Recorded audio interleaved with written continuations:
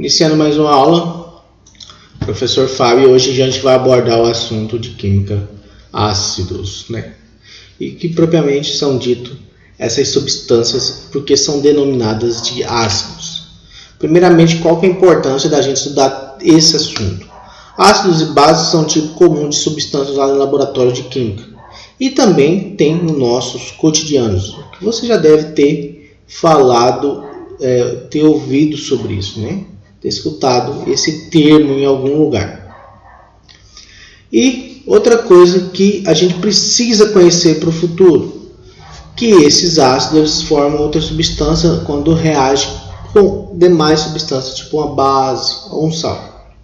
E também estão ilustrados nos conteúdos de ligação de hidrogênio, equilíbrio químico, polaridade e força dessas ligações, né? O sabor azedo de algumas substâncias que você sente no seu paladar, ele é responsável, esse sabor azedo ele é responsável por um íon. E alguns sabores azedos, ele pode ser responsável pelo H+, ou aquele sabor adstringente da banana verde, é por ela ser muito básica nesse período, né, que ela está verde. Então, esse índice de produção de um ácido sulfúrico e soda cáustica, ele é propriamente dito para um fator de desenvolvimento do país, né? Então, produção de ácido sulfúrico e soda cáustica. Por quê? São dois principais produtos que são usados em várias indústrias, seja ela do couro, a indústria da tubaína, por exemplo, que usa amônia. Então são fatores econômicos, né, determinados pela produção dessas duas substâncias. Então é um desenvolvimento que a indústria do país tem ali, ele utiliza muito isso daqui. Então por isso é dito como um índice de desenvolvimento. Tá. Substâncias orgânicas versus substâncias inorgânicas. As substâncias orgânicas, por exemplo, elas podem, você ter aqui o ácido acético, conhecido como vinagre, e você tem outras substâncias aqui, ó, que estão denominadas de substâncias inorgânicas. As substâncias orgânicas, propriamente dita, porque elas são constituídas à base do carbono. Na questão experimental, os ácidos eles podem modificar a coloração, por exemplo, do repolho roxo. E você pode utilizar isso como fator de coloração, como um indicador ácido básico, para saber se uma substância é ácida ou básica, mediante a mudança de coloração desse sistema. Isso, de fato, se deve pelas principais espécies que tem da flavina, né, que reage ali no meio quando é atacada pelo ácido e muda de cor. Então você tem aqui, ó, alguns exemplos do repolho roxo, da beterraba, da rosa vermelha, o chamate, né, e da amora, né? Então essa mudança de coloração se deve a uma questão de equilíbrio químico entre os íons H+ e OH-. No laboratório, é claro, você tem algo diferente, né? Você tem a coloração do azul de bromotimol, por exemplo, na base, ele é azul.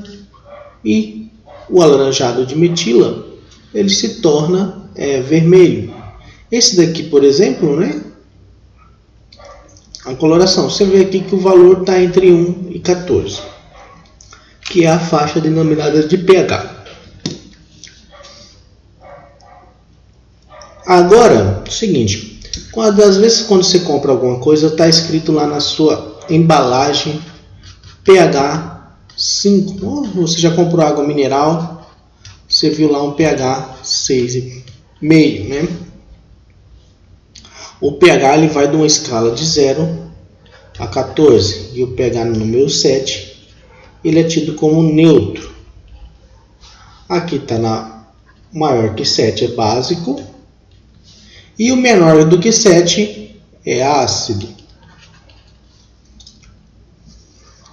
Então, para neutralizar, você mistura um ácido com a base e você obtém um meio neutro. É claro que tem uma devida quantidade a se misturar, né? Mas no conceito de ácido e base, uma das coisas mais relevantes que a gente tem que discutir é que tanto o ácido quanto a base eles são bons condutores de eletricidade. Eles conduzem a eletricidade à medida do seu grau de ionização, que a gente vai ver mais à frente. E devido à força desses ácidos, essa condutividade ela é ampliada. Por exemplo, o que é um composto iônico? Geralmente esse composto iônico é formado de íons e é constituído de um sólido. Né? Que é a soda cáustica que vocês já viram sendo vendida no mercado. Né? Ele é do tipo sólido. Quando em contato com uma água, esse sólido ele vai se dissolver em cargas do NH+, mais OH-. E com isso, ela vai conduzir eletricidade, né? A soda cáustica se dissolve na água, conduzindo eletricidade. Então, assim, para conduzir eletricidade, as cargas devem estar livres e elas têm que se movimentarem. Ok? Como ocorre a dissociação iônica, que é uma quebra de íons pela água, né? Como eu demonstrei anteriormente, você tem a separação dos dois em Na mais OH-, por exemplo.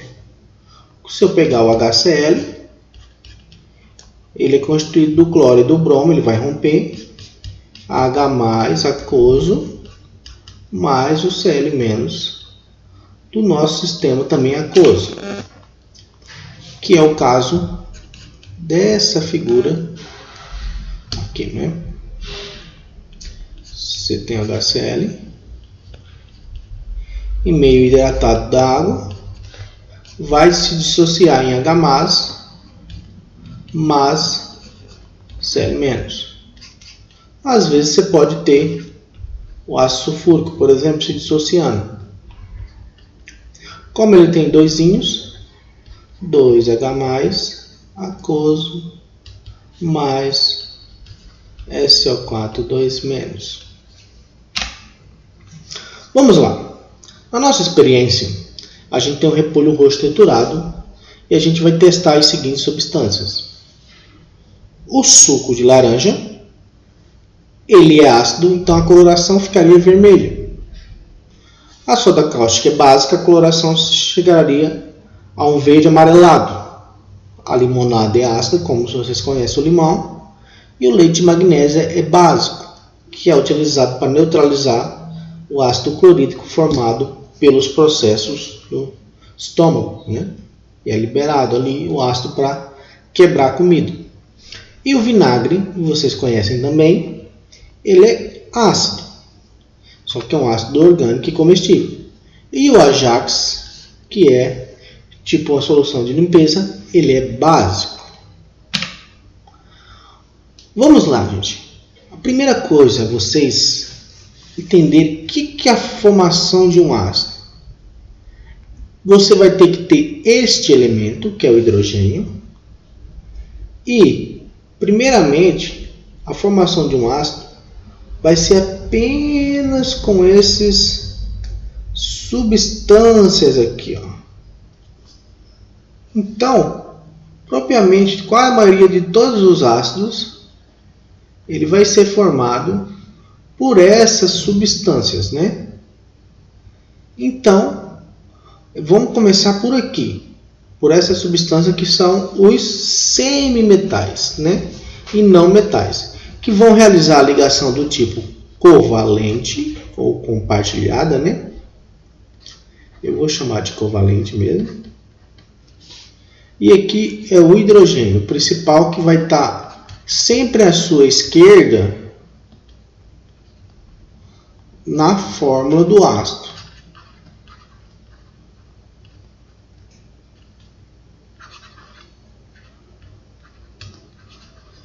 Ok? Agora é o seguinte, o principal conceito de ácido vem denominado por Cervantes Arrhenius. Ele escreveu isso em 1905 e na sua teoria de dissociação eletrolítica ele falou e propôs que todo ácido composto é dividido, dissolvido na água, produzindo um cátion e um ânion. Né? O cátion varia de ácido para ácido. Por exemplo, o HCl, o nosso cátion é sempre positivo HCl e o nosso ânion negativo é o Cl-, o cloreto. Então, quando você tem H2, você dissolve 2. Quando você tem H3, você dissolve 3. E por assim você vai dissolvendo esses elementos, tá? O conceito de base, ácido base, sabe-se que o H+ não é estável, porém se liga com a água para formar o íon hidrônio e adquirir a sua estabilidade. Então, na nossa representação do ácido, da dissociação, a gente pode escrever ele assim, basicamente, ó, HCl. Vamos pegar o HCl, o ácido clorídrico. O HCl, ele vai se dissolver na água. Vai se dissolver em H3+,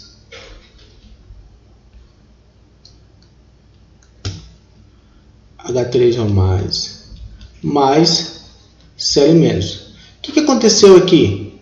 Esse hidrogênio foi migrado para a molécula de água, para adquirir a estabilidade. Ok? Então ficou assim a dissociação de ácidos pela teoria de Cervantes Arrhenius. O que é que a gente vai tratar aqui? Agora é o seguinte, nas fórmulas e na nomenclatura, vocês têm que observar o seguinte, primeiro que o ácido ele está sempre escrito primeiramente com o H à sua esquerda, que eu já disse anteriormente. Ok?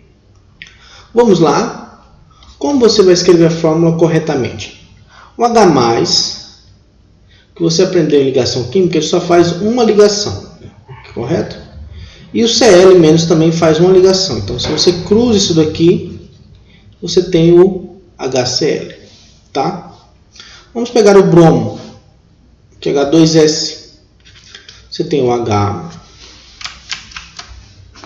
Deixa eu apagar aqui. Tem o H e tem o S2-. Quando você cruzar essas cargas, você vai ter a seguinte fórmula química, né? Do principal aqui é o que? Você tem que fazer ou observar que a palavra ácida ela vem denominada sempre antes de qualquer coisa para escrever o nome. Depois você vem a junção do elemento mais a terminação hídrico. Isso é só para quando você não tem oxigênio na fórmula. A nossa fórmula aqui não tem oxigênio, então ficaria ácido clorídrico, ácido bromídrico, ácido fluorídrico, ácido cianídrico, utilizado nas câmaras de tortura, ácido sulfídrico, que tem aquele cheiro do ovo podre. No caso, agora a gente vai vir para os oxiácidos. Tem oxigênio na fórmula. Se tem oxigênio na fórmula, depois eu vou deixar aqui um videozinho especial para a gente ver o número de oxidação. E é isso que você vai entender. De onde vem esse número 7, 6, 5 e 4. Vamos fazer um exemplo simples aqui do lado para você entender. O H3, vou pegar o ácido sulfúrico, H2SO4, certo? Vou apagar aqui, H2SO4. Vou separar aqui com o joguinho da velha, como é chamado, e a gente vai determinar o número de NOx. O oxigênio vai ser sempre menos 2, que multiplica 4 menos 8. X é o elemento central que eu não sei quem é. Eu quero descobrir esse número de oxidação. Hidrogênio é sempre mais 1. E mais 1 vezes 2, 2. Tudo isso deve ser equivalente a 0. Então, quando você tem 2 mais x menos 8, é equivalente a 0. Então, x é 8 menos 2. X é mais 6. Se ele é mais 6, então a terminação dele vai ser ácido sulfúrico. Sulfur por quê? Vem do latino. E o ícaro porque está no mais 6 e mais 5. Quando diminui o oxigênio, vocês podem perceber que o nosso ácido brômico ele vai mudando de nome, porque vai se tornando um hipoácido bromoso e, por fim, o ácido hipobromoso para indicar que é o mais fraco. Então, a ordem da força dos ácidos aqui, ela também diminui quando você diminui a quantidade de oxigênio, né? Então, aqui eu vou menos oxigênio. Aqui também está relacionado com a força desses ácidos. Para desenhar as nossas estruturas, a gente tem que ser capaz de ionizar o hidrogênio, ionizável, e o elemento central.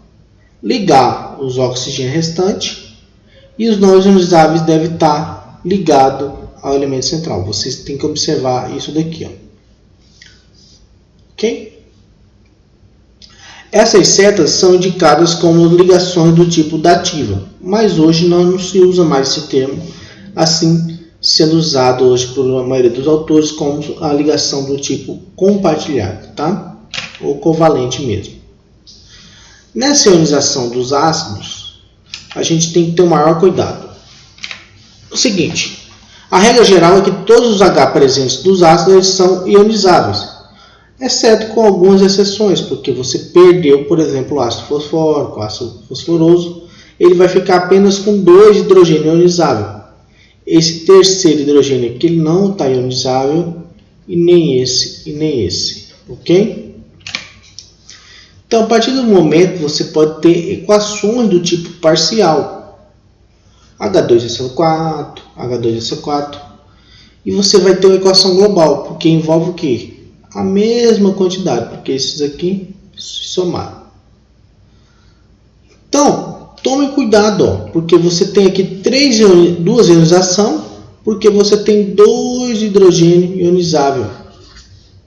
Quando você tem 3 etapas, para 3 hidrogênio ionizáveis. Classificação dos ácidos: monoácido, diácido, triácido, tetraácido, ou poliácido, como fala. Por que ele é um monoácido, né? Aqui é um diácido porque ele só tem um hidrogênio ionizável e aqui só tem 2 hidrogênios ionizáveis. Aqui tem 3, ó. Aqui tem 4, aqui tem 2. O grau de ionização ele é importante porque ele é uma relação entre o número de moléculas ionizadas na solução e o número de moléculas dissolvidas.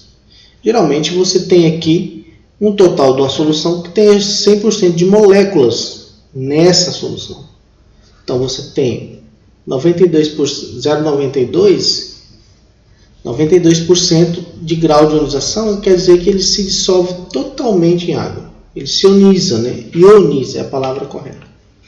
Totalmente em água. Na classificação dos hidrácidos, que são ácidos que não têm oxigênio, você tem que ter cuidado o quê? Que os ácidos fortes, eles são pertencentes aos elementos da família dos halogênios.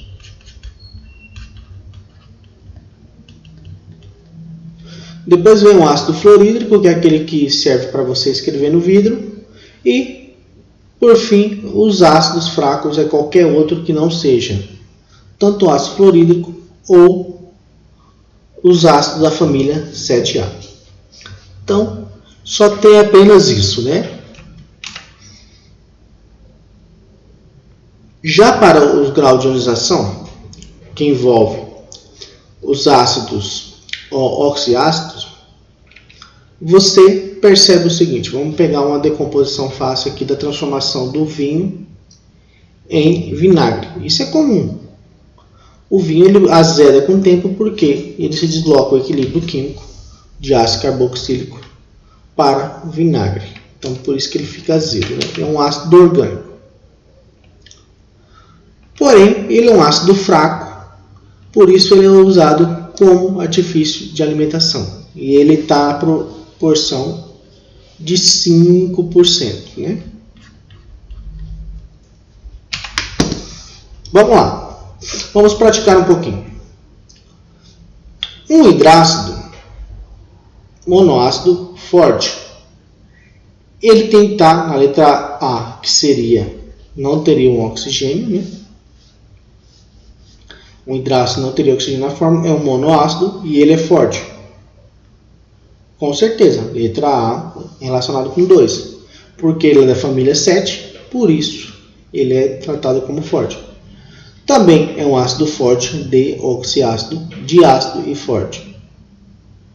3. Ele é um ácido aqui semiforte, a letra C, oxiácido, forte, monoácido. 2. Tira um oxigênio, né? Oxidácido, monoácido e semiforte seria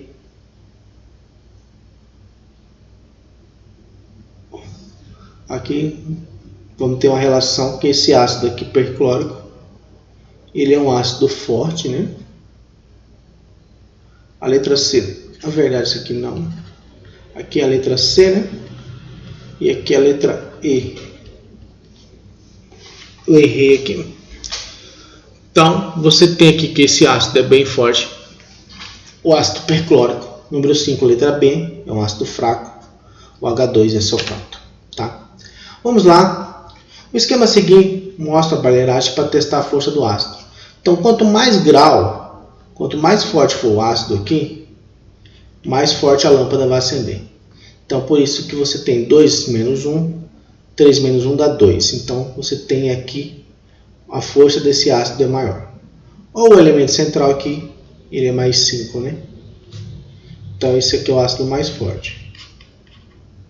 Você sabe que esse é moderado, esse é fraco.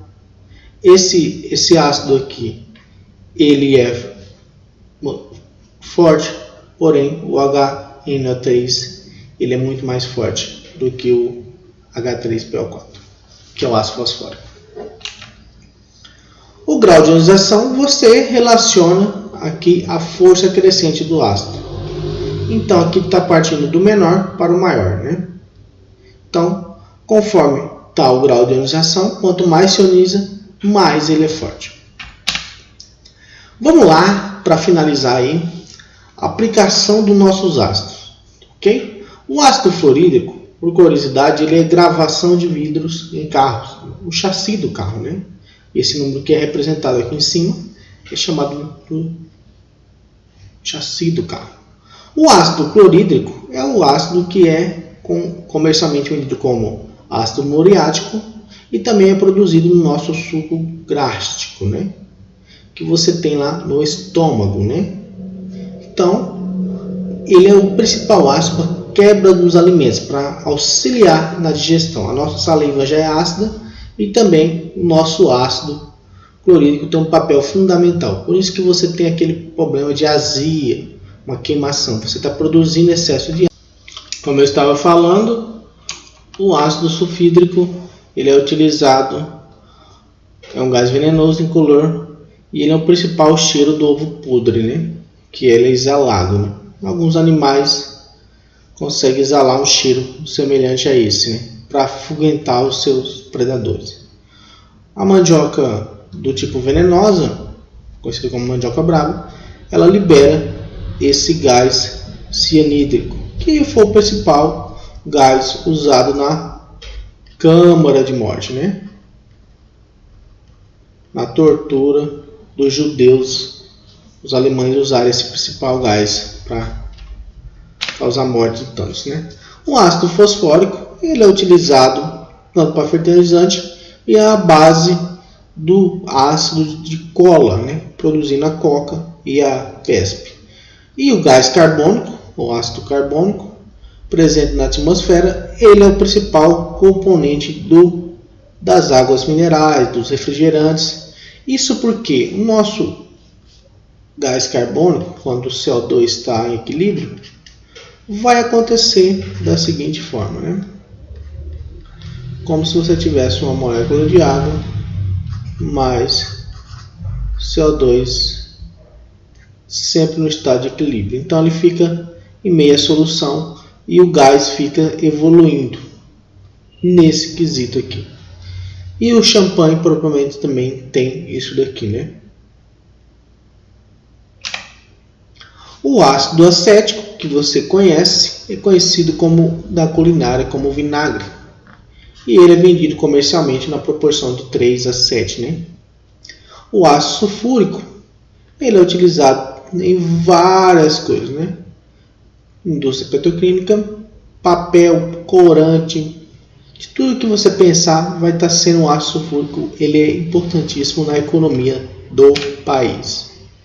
O ácido nítrico, controlado pelo exército, você não vai comprar facilmente aí na esquininha. Ele é um ácido fulminante e ele é usado na fabricação de explosivos, como a trinitroglicerina, que é o TNT, ou a nitroglicerina, né? A trinitroglicerina. TNT é a base da pólvora, né? Pólvora. Então aí ele é um ácido muito forte, tem que ter muito cuidado a manipular isso daqui. Para finalizar, eu vou deixar aqui alguns exercícios para vocês e até a próxima aula, gente. Valeu!